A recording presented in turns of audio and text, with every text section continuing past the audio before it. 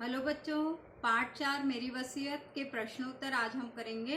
अभी आपको मैंने पिछले वीडियो में सारांश दिया था, कुछ वाक्यों में प्रयोग करवाए थे और खालिस्तान करवाए थे। इसके प्रश्नों के उत्तर रह गए हैं, अभी आप उसको करेंगे। पहला प्रश्न है, नेहरू जी ने अपने दोस्तों और साथियों के लिए क्या बातें कही है? इसका उत्तर क्या है? उन्होंने क्या कहा था कि अपने दोस्तों और साथियों के लिए वे बड़े बड़े कामों में एक दूसरे के साथ रहे, मिलजुल कर काम करें तथा सफलता के सुख और असफलता दुख दोनों में शामिल रहे।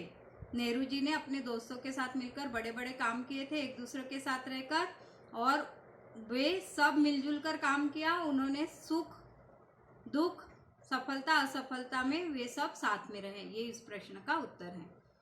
प्रश्न 2, गंगा नदी से नेहरू जी की कौन कौन सी भावनाएं लिपटी हुई हैं? गंगा नदी से नेहरू जी की अनेक भावनाएं लिपटी हुई हैं।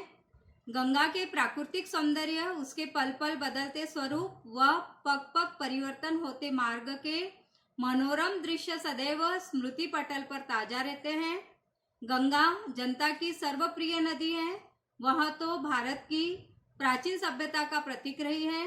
वास्तव में नेहरू जी के लिए गंगा मात्र एक नदी होकर वर्तमान के मार्ग से होते हुए भविष्य को जोड़ने वाली एक जीवनदायिनी स्रोत है। देखो, इस प्रश्न का उत्तर थोड़ा बड़ा है और इसमें क्या बताया कि गंगा नदी नेहरू जी की भावनाओं में लिपटा हुआ है। ये इसका प्राकृतिक सौंदर्य बहुत सुंदर है। यहाँ पर पल पल बदलते हुए प्राकृतिक सौंदर्य का मनोरम वर्णन किया गया है। और यह गंगा नदी सर्वप्रिय है और यह भारत की प्राचीन सभ्यता है, और इसलिए नेहरू जी ने कहा कि यह जीवनदायिनी स्रोत है।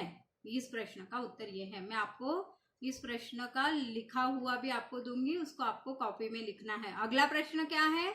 नेहरू जी ने विभिन्न समय और मौसम पर गंगा का मनोहारी चित्रण किस प्रकार किया है? इसमें आपको दिया है सुबह के समय कैसे वर्णन किया, शाम के समय कैसे किया, और सर्दी के समय नेहरू जी ने इसका वर्णन